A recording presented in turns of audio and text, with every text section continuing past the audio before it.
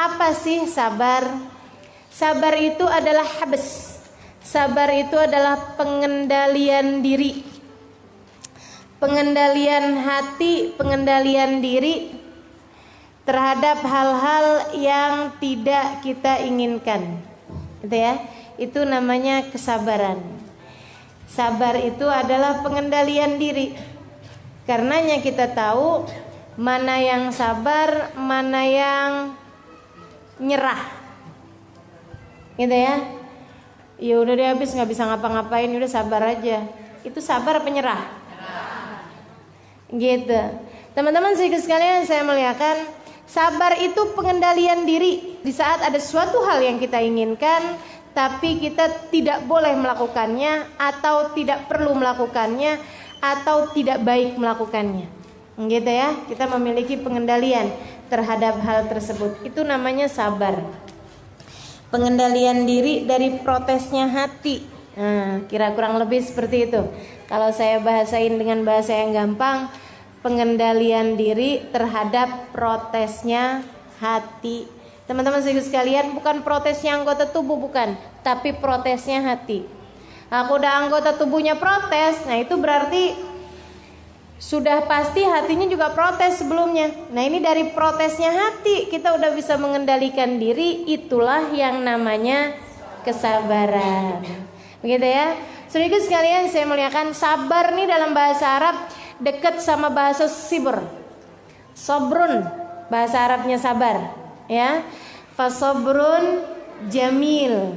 Katanya Nabi Yakub alaihissalam, fasobrun jamil, sabar itu indah. Sobrun itu bahasa Arabnya, gitu ya. Bahasa Arabnya sabar, sabr, berarti memang diambil dari kata bahasa Arab ya.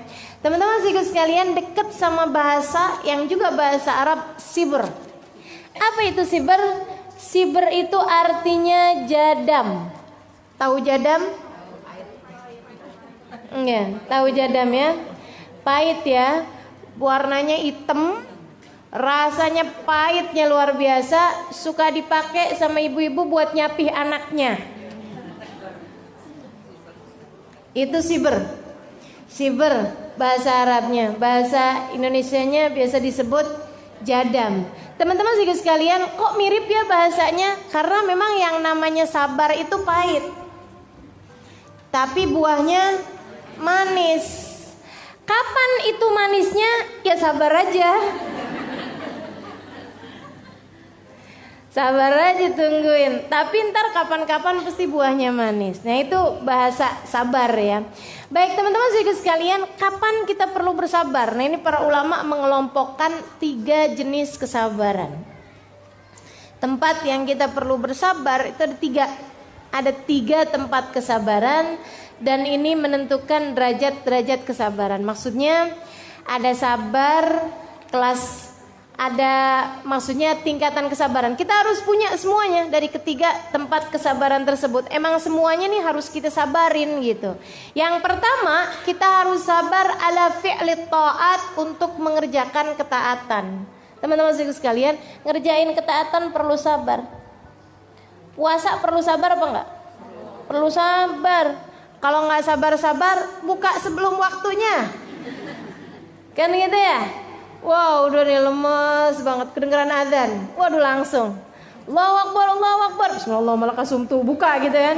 Habis itu kemudian tes percobaan. Lagi latihan azan ternyata. Nah itu teman-teman sekalian, harus sabar, harus beneran dah nungguin gitu ya. Ibadah perlu sabar. Tahajud perlu sabar apa enggak? Perlu sabar. Kalau nggak sabar-sabar ngantuk. Disabarin, ngantuk tiap hari nggak apa-apa. Ntar lama-lama juga hilang ngantuknya, jadi terbiasa. Allah bisa karena biasa. Teman-teman sekalian, semua ibadah perlu sabar. Sholat perlu sabar apa enggak? Perlu sabar. Orang kalau nggak sabar ngerjain sholat gimana? Tuh yang kayak anak kecil-kecil. Bismillahirrahmanirrahim, Allahu Akbar, Allahu Akbar. Kita emaknya ngeliatnya bingung. Ya ampun nak, itu sholat apalagi lagi lombaan gitu, kayak dikejar apaan. Itu karena sholatnya tidak. Hadir majelis perlu sabar Makanya nih yang hadir-hadir di majelis ini adalah ahli-ahli sabar. Amin. Gitu ya. Kalau nggak sabar-sabar keluar sebelum waktunya, kan itu ya. Malahan kalau nggak sabar nggak datang, teman-teman sekalian. Kalau nggak sabar nggak datang. Nah itu semuanya diperlukan kesabaran. Ala fi'li ta'at, untuk mengerjakan ketaatan. Buat pakai jilbab perlu sabar apa enggak? Perlu sabar. Bukan buat latihan jilbaban ya, bukan. Gitu ya, modelnya susah setengah mati. Bukan yang begitu maksud saya. Tapi di saat lagi panas, kegerahan, gitu kan. Belum lagi suka ada yang bilangin, kok kayak ibu-ibu pengajian. Bilang aja, saya emang ibu-ibu pengajian, ya enggak? Ibu-ibu pengajian kan? Iya. Gitu, jadi enggak apa-apa kalau dibilang kayak gitu. Kayak ustazah, amin. Orang kalau bayangin ustazah selalu tua ya. Jadi kalau dibilangin, kerudungannya kayak ustazah, orang bayanginnya siapa gitu. Ibu-ibu bayanginnya Ustazah Halimah aja. Baik, teman-teman sekalian yang saya muliakan. Jadi gitu, mengerjakan ketaatan diperlukan adanya kesabaran. Bakti sama suami, sabarnya tingkat langit ketujuh. Teman-teman sekalian yang saya muliakan, benar-benar gitu ya, sabarnya luar biasa. Ngadepin anak, waduh lagi tuh, tingkat sabarnya harus gede. Bakti sama orang tua, waduh sabar juga. Makanya emang ngadepin ketaatan, jalanin ketaatan perlu sabar. Perlu sabar. Sampai kapan? Hatta atakal yakin, sampai datang sesuatu yang pasti. Apaan tuh sesuatu yang pasti? Mati. Nggak ada yang lebih pasti daripada mati. Maka ya udah sabar sampai mati deh gitu. Jadi teman-teman sekalian yang saya muliakan tuh, jalanin taat kita perlu sabar. Yang kedua perlu sabar ala talqil muharramat, buat ninggalin yang haram-haram. Perlu sabar ketika ada seorang laki-laki yang bukan mahrammu mulai menggodamu. Perlu sabar. Meninggalkan dosa, teman-teman sekalian, ninggalin dosa perlu sabar. Betul nggak? Kalau nggak sabar-sabar, kerjain lagi gitu. Saudaraku sekalian yang saya muliakan, ninggalin ghibah perlu sabar apa enggak? Perlu sabar. Apalagi kalau udah diajak-ajakin. Wah ini ya, orang lagi pada ngomongin orang, rasanya gatel gitu.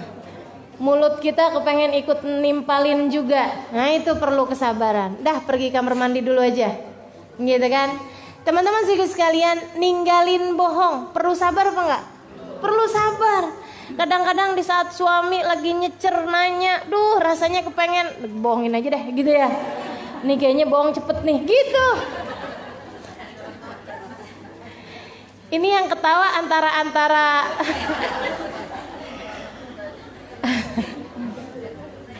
antara geli ngebayangin sama pengalaman pribadi nih. Gitu ya. Teman-teman sekalian, ninggalin kemaksiatan perlu sabar, saudaraku sekalian. Lagi ngeliatin zaman-zaman dulu tuh ya, baju saya kayak begitu gitu. Ada jeans, ada t-shirt. Wah. Gitu kan? Kayaknya saya kalau pakai baju kayak begituan keren. Perlu sabar nggak ninggalinnya? Perlu sabar.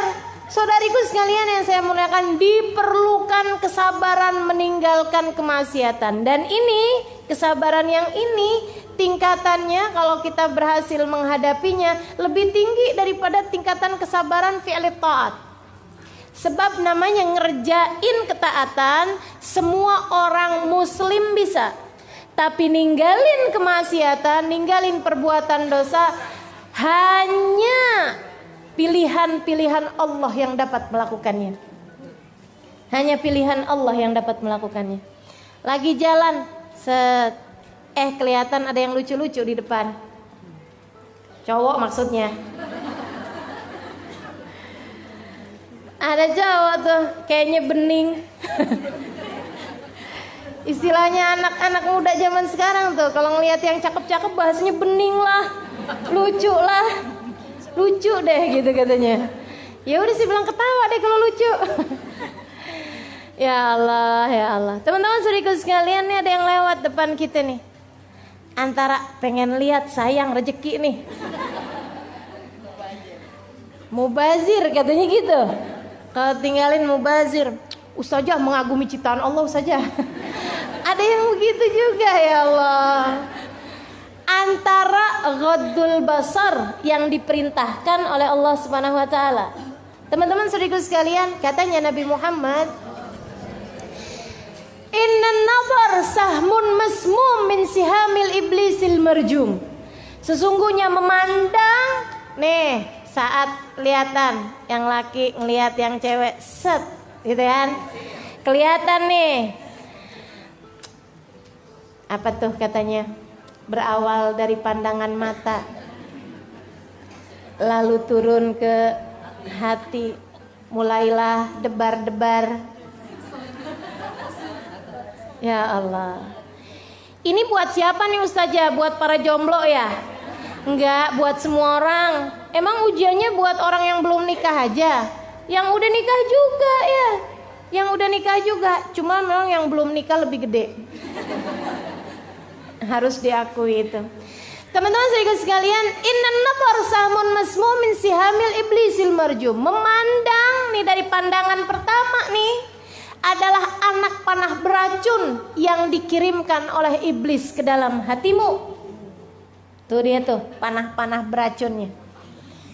Man tarakaha makhafatan minni, kata Allah Ta'ala dalam hadis qudsinya. Man tarakaha makhafatan minni abdaltu imanan yajid halawatuhu fi qalbih.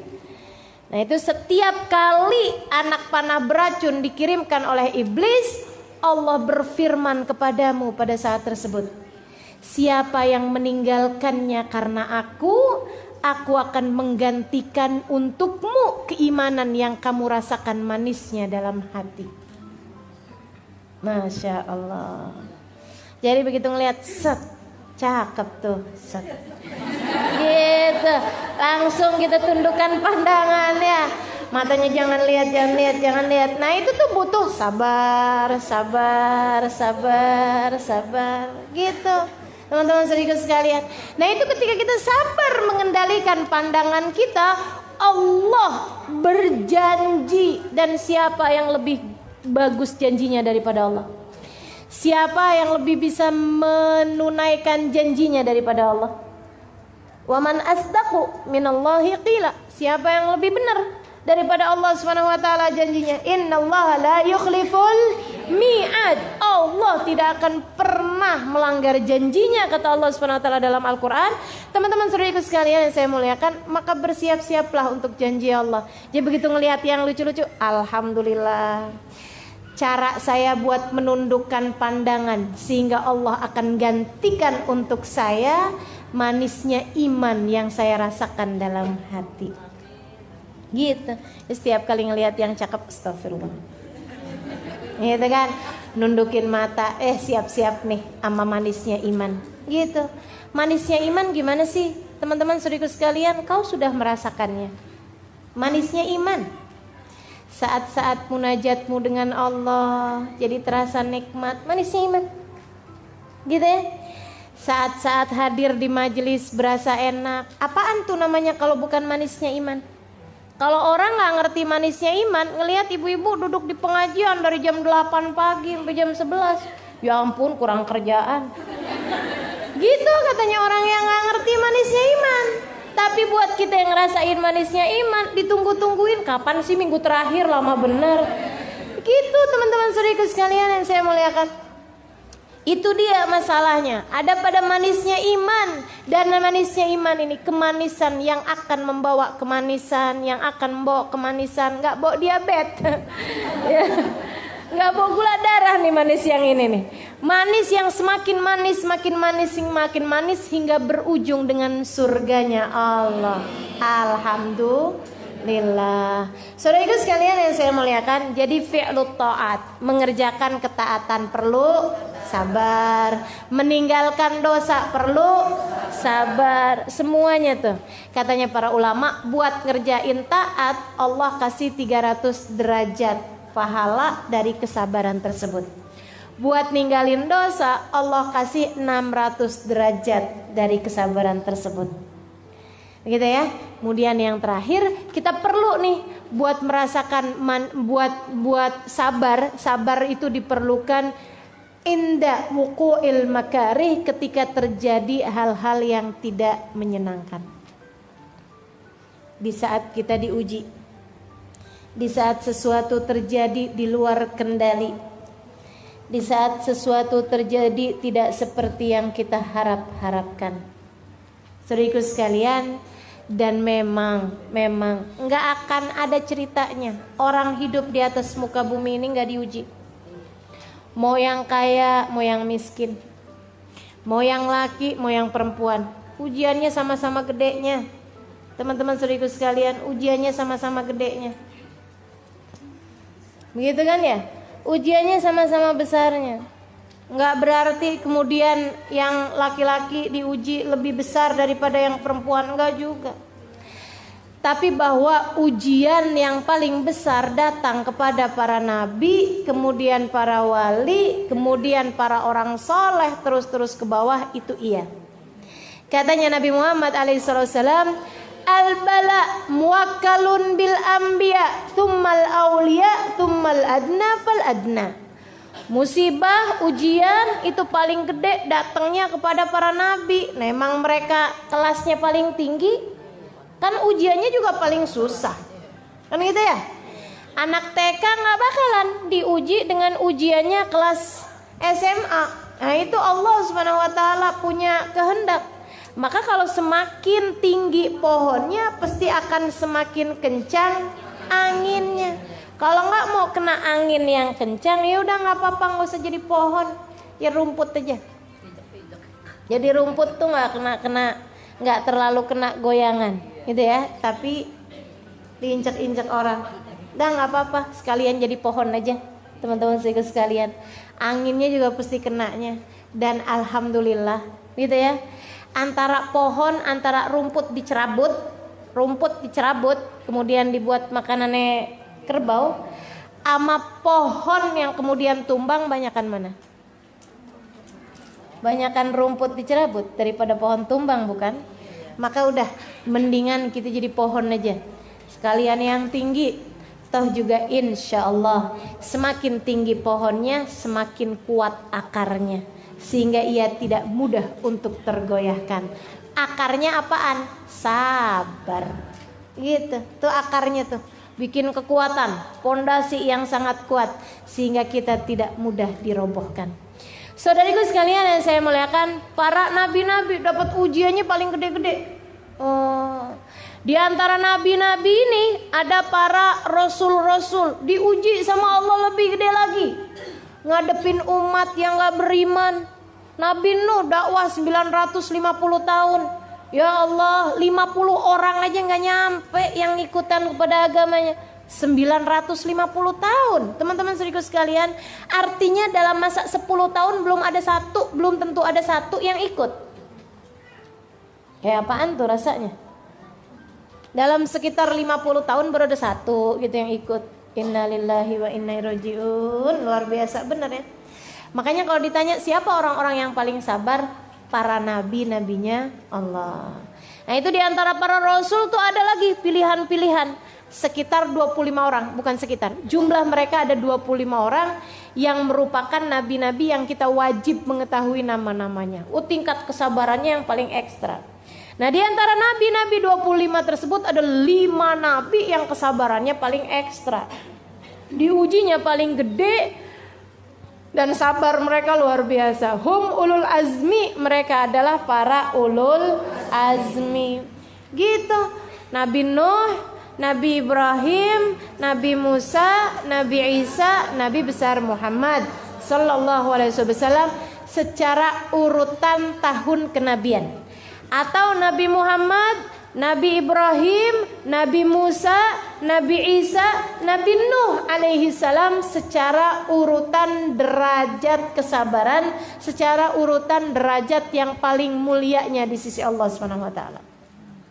Nabi Muhammad, ya Allah teman-teman sekalian, diuji segala macam ujian.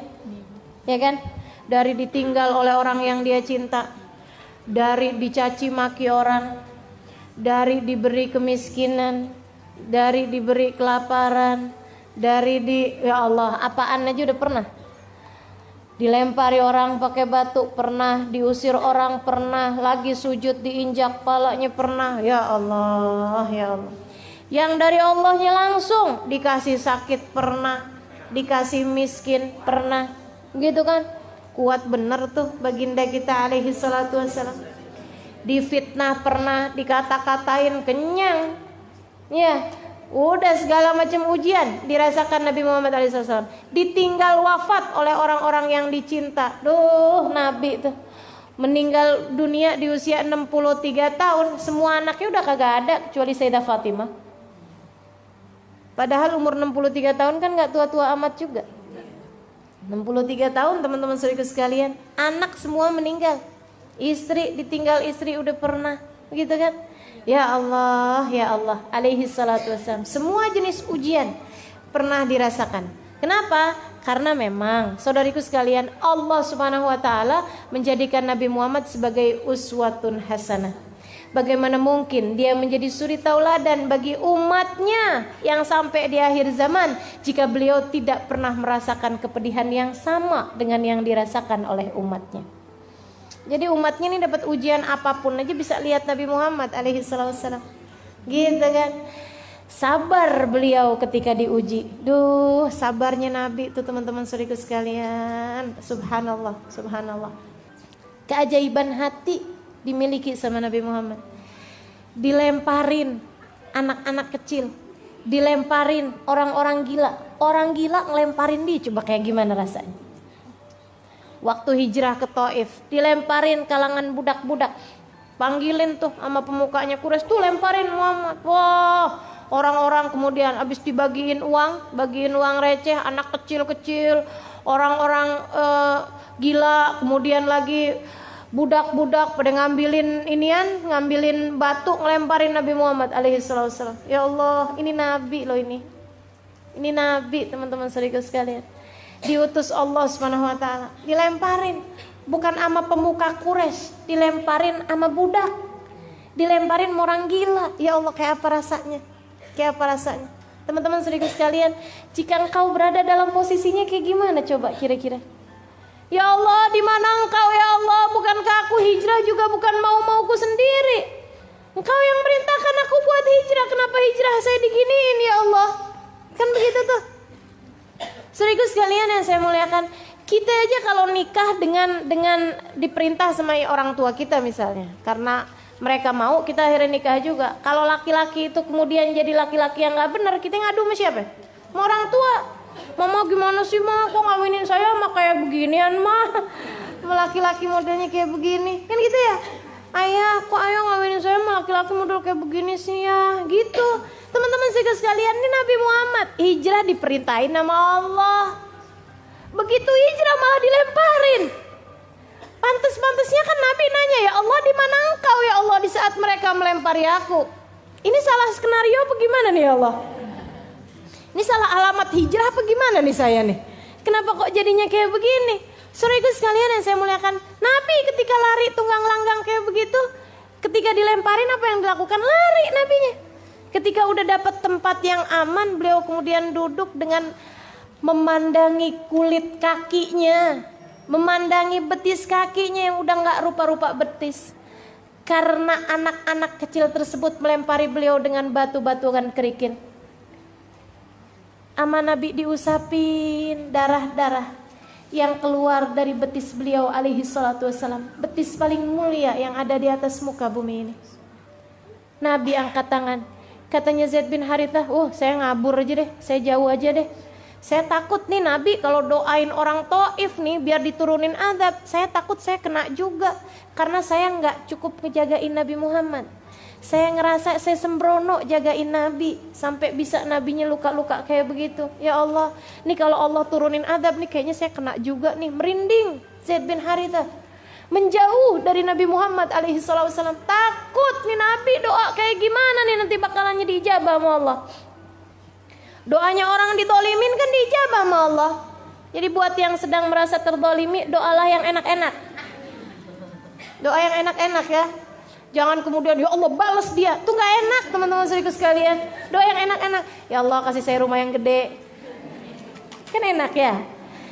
Ya Allah anak saya ya Allah jadikan soleh-solehah. Mumpung doanya lagi mustajab. Jadi teman-teman saudaraku sekalian, Nabi angkat tangannya kemudian. Allahumma ilaika ashku. Ya Allah izinkan aku untuk mengadu. Wih Nabi mengadu. Nabi mengadu. Ilaika inni ashku ilaik. Ya Allah aku mengadu kepadamu. Apa yang mau diadui Nabi? Orang-orang Taif. Du'fa halati, betapa lemahnya diriku. Ya Allah. Ya Allah. Nabi gak nyalahin orang Taif teman-teman sekalian. Nabi gak nyalahin anak-anak kecil-kecil yang melempari beliau atau budak-budak, gak ada. Ya Allah aku mengadu kepadamu, betapa lemahnya diriku. Betapa tidak mampunya aku untuk mencari jalan keluar atas setiap permasalahanku. Aku mengadu kepadamu, betapa tidak mampunya aku mencari jalan keluar atas permasalahanku. Ya Allah, jangan serahkan aku kepada musuh. Jangan serahkan aku pula kepada hawa nafsu yang dapat mengendalikan aku.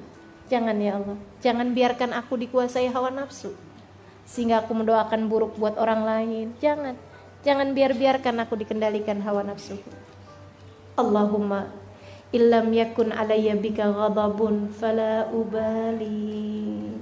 Ya Allah, selagi engkau tetap cinta padaku, selagi engkau tidak murka padaku, apapun yang terjadi aku tidak peduli. Allah, sabarnya baginda kita.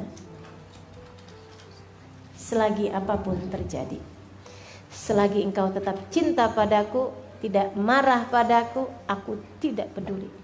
Meski andai tubuhku tercacah-cacah, meski andai darah-darah keluar dari seluruh tubuhku, meski orang perlakukan aku dengan apapun, selagi engkau tetap ridho padaku, selagi engkau tetap ridho padaku, selagi engkau tetap cinta padaku, selagi engkau tidak murka padaku, ya Allah, apapun yang terjadi aku tidak peduli.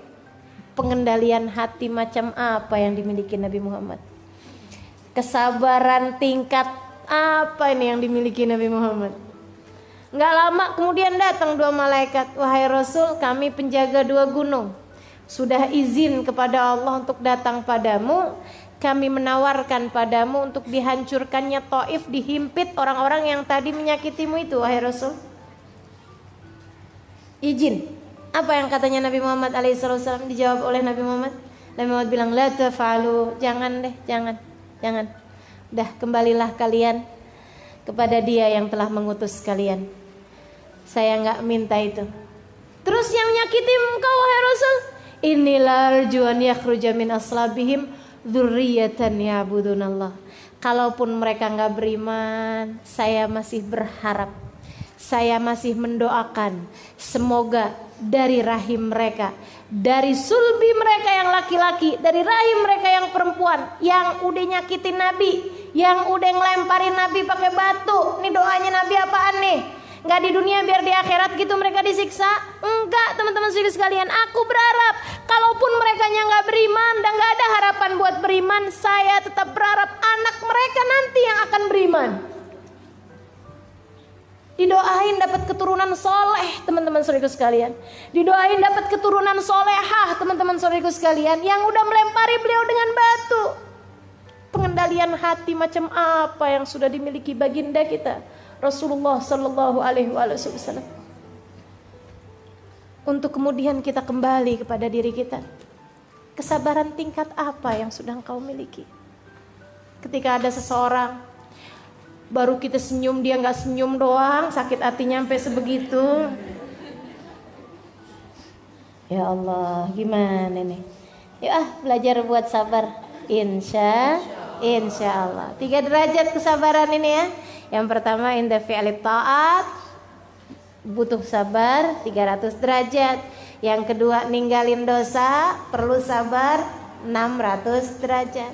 Ketika datang keadaan yang tidak menyenangkan, datang ujian, perlu sabar menghadapinya, ada di sana 900 derajat.